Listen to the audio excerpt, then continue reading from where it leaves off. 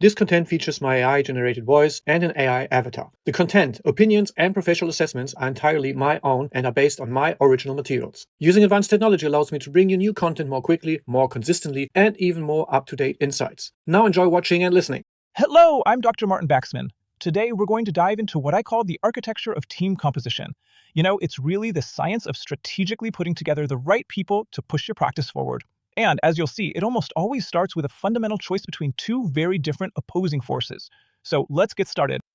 This right here, this is really the core idea of our entire discussion. Every single person you hire, every team you build, it's a strategic move that quite literally defines where your practice is headed. And look, I know it's a high-stakes game, especially right now with the shortage of skilled workers, but having a deliberate strategy is exactly what separates a practice that thrives from one that just stagnates. So here's our roadmap for the next few minutes. We're going to cover these 5 key areas. We'll kick things off with a big dilemma every leader faces. Then we'll look at a much deeper view of diversity, introduce a practical model you can use for team building, talk about some actionable tactics, and finally, we'll redefine your role as the architect of your team's future. All right, first up, the leader's dilemma. As practice owners, we are constantly navigating this choice. Are we building a team for maximum harmony, or are we building it for maximum productivity? The answer isn't as simple as it sounds, and each path leads to a very different destination. Now, this is where it gets really interesting. What you see here is a clear trade-off. On one hand, you have the harmony team. Everyone thinks alike, it's relaxed, and it's incredibly efficient for routine work. Communication feels almost telepathic. But on the other hand, you have a team of opposites, and that creates an explosive, creative friction. It's that tension, that very friction, that sparks completely new ideas and drives real innovation. The key takeaway here is that neither of these is inherently better than the other. They are simply different tools for different strategic jobs. So when we talk about creating that productive friction, the conversation naturally turns to diversity. But I want us to move beyond the usual surface-level definitions. True, impactful diversity, well, it's a lot more complex and has far more layers than we typically think. Real diversity covers everything you see here: personalities, where people grew up, even local social circles. But think about this one for a moment: hierarchical expectations. Imagine a staff member who comes from a culture where the boss is a patriarch who makes every single decision.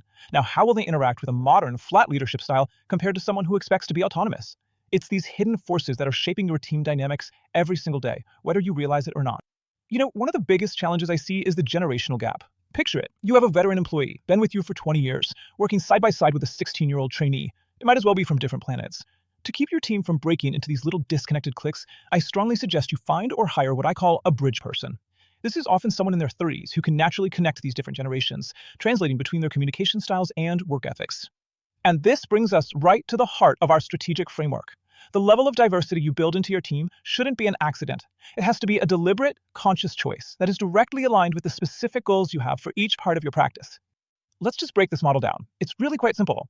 If your goal is innovation, if you want to expand or get creative, you absolutely need a diverse team. It's the collision of different viewpoints that ignites new solutions.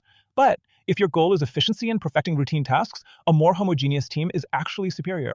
They communicate faster, they have less conflict, and you'll probably see lower turnover because the environment is so stable and predictable. Let me just give you a real-world example from my own practices.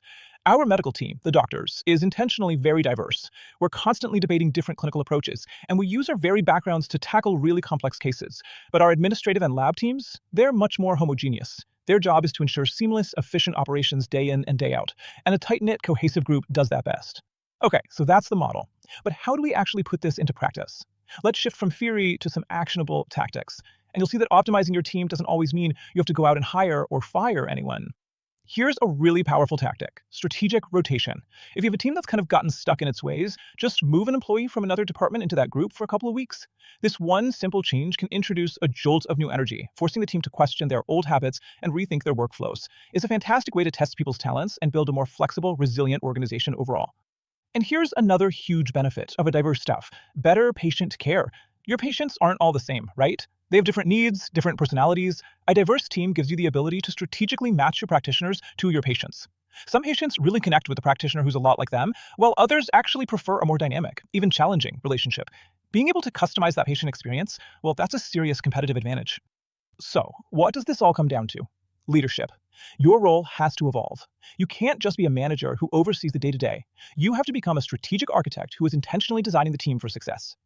So listen, here's the bottom line. When you truly embrace diversity, there is going to be friction. There will be disagreements. Your job isn't to stamp that out and manage the chaos. No, your job is to build the bridges between these different people and their perspectives. It's about channeling all that collective energy towards innovative solutions that help both your patients and your practice. So I'll leave you with this final thought to take with you. Take a hard look at your practice, at the team you've assembled around you.